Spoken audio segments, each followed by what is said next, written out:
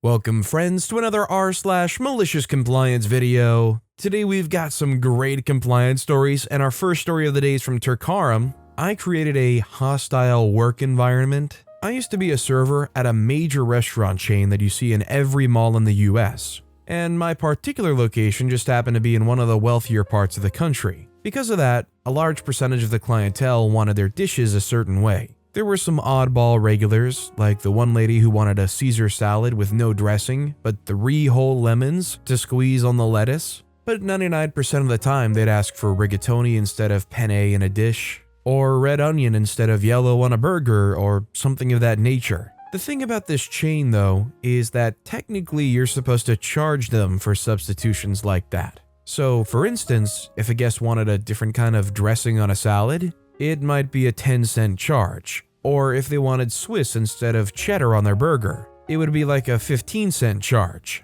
As a server, you were supposed to know all the upcharges, but because there were like 26 pages to the menu, it was daunting enough to just memorize what we even had. But obviously no one ever charged for these things because what's an extra 15 cents on a $200 tab? Especially when you're in the weeds and you're pretty sure the host stand wants you to have a mental breakdown. Not only that, but because rich people tend to be the stingiest freakers you'll ever meet, we would never charge them because they would instantly complain if you did. And the restaurant's policy was essentially, the customer's always right, no matter how wrong they were. We even had regular grifters that would order the wrong thing and then complain and get an entire free meal every freaking time. So one normal day, I'm serving a table and someone asks for goat cheese on their salad instead of feta, which is supposed to be one of those 10-cent changes. I obviously don't add the upcharge, just like I hadn't for any of the other countless times in over 3 years.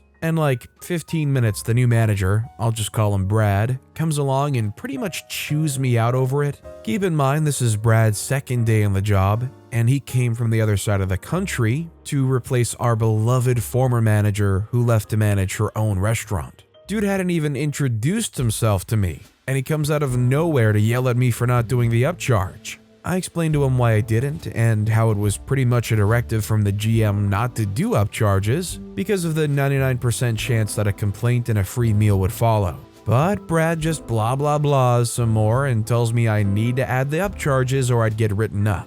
So in the next table, a party of 7 that had a like $500-ish bill changes literally every dish. I add the upcharges, which total like $1 at most. When I dropped the check, they freaked out over all the upcharges. Even though I informed them of the charges when they ordered, the itemized receipt made it look so much more severe, and they demanded to speak to the manager. Instead of getting any of the other managers I'd worked with for years, I grabbed Brad and made him deal with them. He ended up having to comp all $500-ish because he insisted I charge an extra $1 for all the substitutions. But did he learn his lesson? Nope. So I did it over and over again to the detriment of my bank account. Most people still tipped me though, so that was nice. And I got to watch tables routinely chew him out over the charges. This continued for a month or so until he finally relented.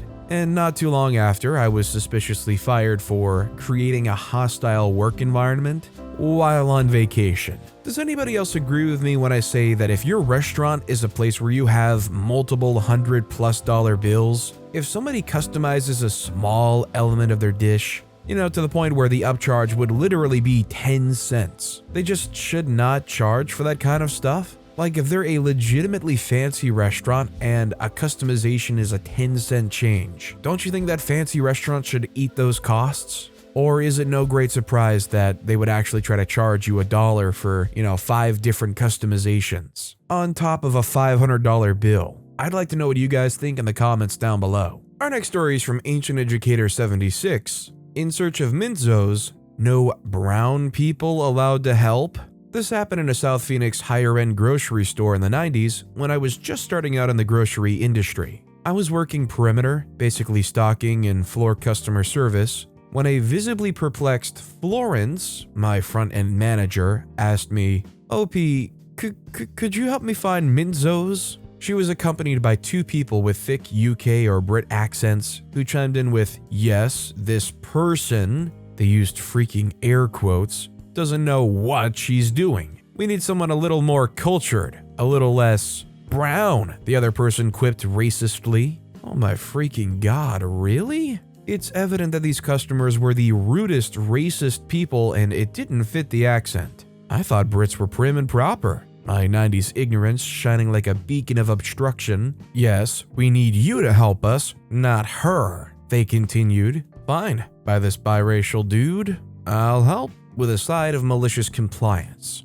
We walked and they explained Mintzos to me. I knew right away it was their accent that was the problem in understanding, and knew right away what it was and where it was. I played dumb though. First, I walked them halfway across the store to the candy aisle. Mentos? Nope.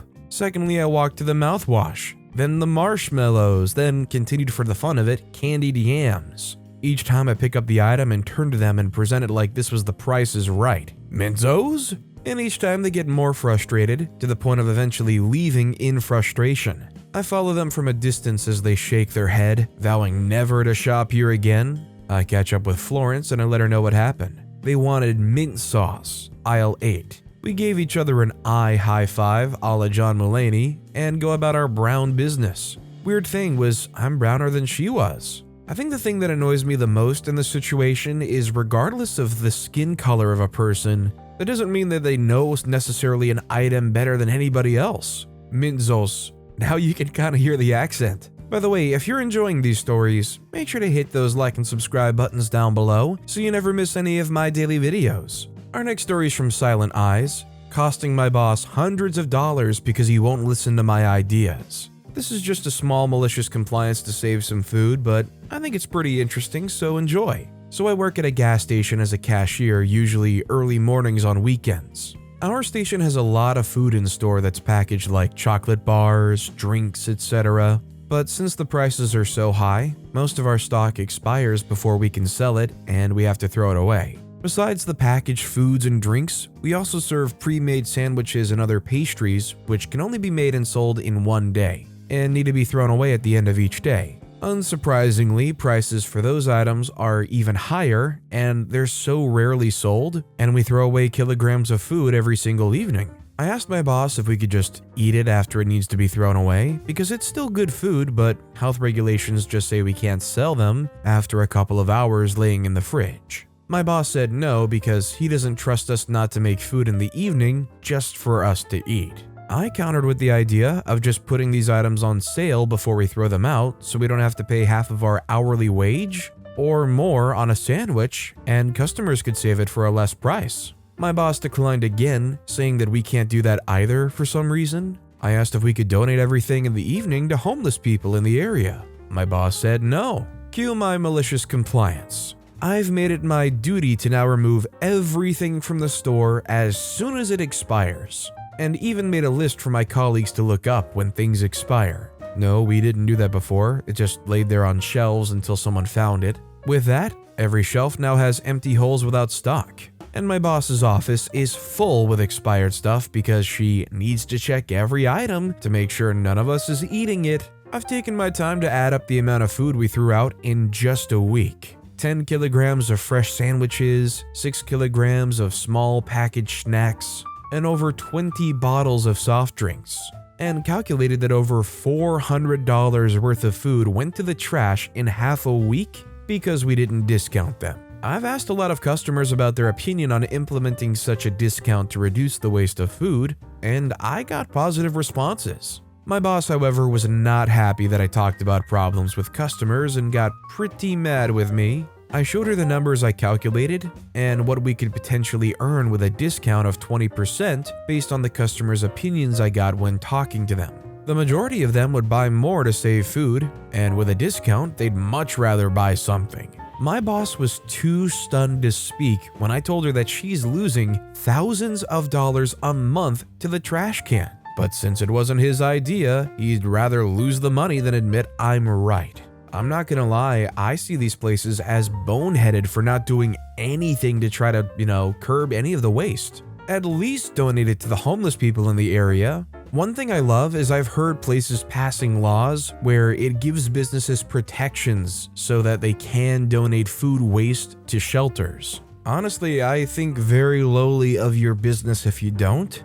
And maybe this is one of those situations where it's okay to just kind of publicly call them out for it because they're literally choosing either way just to directly send all of that food right into the trash can. No marginal profit, no helping out people in need, nothing. How wholly reductive can you be? Our next story is from Caddy Wumpus. You expect people to wear that? I worked in a menswear chain for several years. Every 6 weeks, we'd get a new merchandising directive that told us what garments to put on the mannequins and where to display everything. One spring, the buyers were watching too much Project Runway or something because they went a little nuts. We received a full shipment of gingham, tablecloth plaid, shirts, and a full array of Easter egg colors. The directive was to put these in the front window with the pink one on the mannequin. Mind you, our target demographic is older, upper middle class white males in a fairly conservative Midwestern suburb. Pinstripes are considered too loud. I decided that I'd use the navy gingham shirt instead, partially because the Pepto-Bismol pink hurt my eyes, and partly because I knew we wouldn't sell a single one anyway. Might as well display something our customers might buy. About a week later, the regional manager stopped by and threw a fit because we deviated from the merchandising directive. He actually held up the binder we kept them in and said, "This is your Bible." So the god-awful shirt goes on the mannequin. He busies himself with messing up all our other organizational methods and generally making a nuisance of himself for a few hours. Meanwhile, people are walking past and stopping to gawk at the pink tablecloth the mannequin's wearing. The final straw was when a regular customer came into the store, saw the shirt, and burst out laughing. "Are you serious? You expect someone to buy that hideous thing?" I was delighted that the regional manager heard it. He went into a spiel about how it's inspired by fashion seen on the runway in Milan, and really very trendy. The man looked at him and said, "If I wanted to be trendy, I wouldn't be shopping here." I had to step into the back room to laugh. The next week when I got to work, the mannequin was dressed in the blue shirt again, and 2 months later, we packed up each and every one of those awful shirts and sent them to the outlet store. You would think that a store with a target demographic that they can cite in mind would know what should and shouldn't go in their stock, or at least be plastered on the front of their store. This ain't even read the room, this is read the town you're in. You would hope that the regional manager would know what region they're managing in. Our next story is from a tattooed biker. Could I finish what I'm saying, please? I work in a call center. Most of the time, when a customer calls in, I look at their phone number to access their account so I can take some notes from the call. When a phone number isn't associated with an account, I usually ask for the customer address. My phone rings. "Hello, this is OP, how can I help you?" The customer says, "Yeah, your equipment that you installed in my house isn't working." I search for the phone number. It isn't associated with an account. I say, "Sir, if I could get your ad..." They say, "Could I finish speaking, please?" Cue malicious compliance. "Certainly." They say, "I paid a lot of money for this equipment and it's not working. I want someone out there to fix it today." Silence. They say, "Hello?" I say, "I was waiting until you were finished. If so, could I start by getting your address so I can access your account?" They say, 123 Fake Name Road, Nowhere, Missouri. You could hear the defeat in their voice. I say, "Okay, what seems to be the problem?"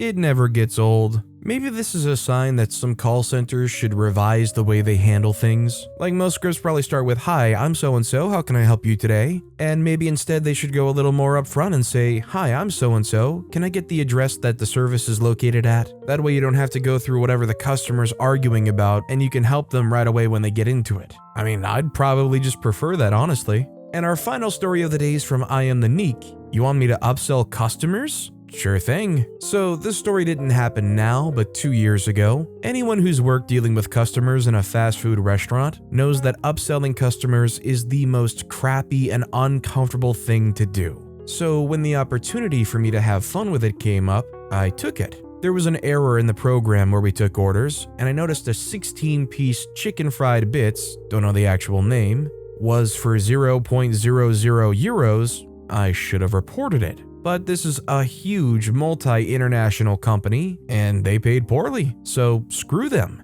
And so, since the moment I noticed this error, I upsold this product every single customer I served. And honestly, I had a lot of fun working that day. The error was found later that same day. I just wonder if anybody found that OP kept upselling customers this. whether they would be confronted about it and whether that would be a fireable offense. Like, I'm sure OP probably could plead ignorance, but I don't know how far it would get them. They might get the can. Although this happens somewhere where they use euros, so maybe it's a little harder to fire them than they would here in the good old US of A. But with that being said, that's all the time we have for today. Now, if you want to hear another absolutely crazy malicious compliance story, click on that left video. Or if you missed my latest video, check out the one on the right. That said, I'll see you all next time with some more stories.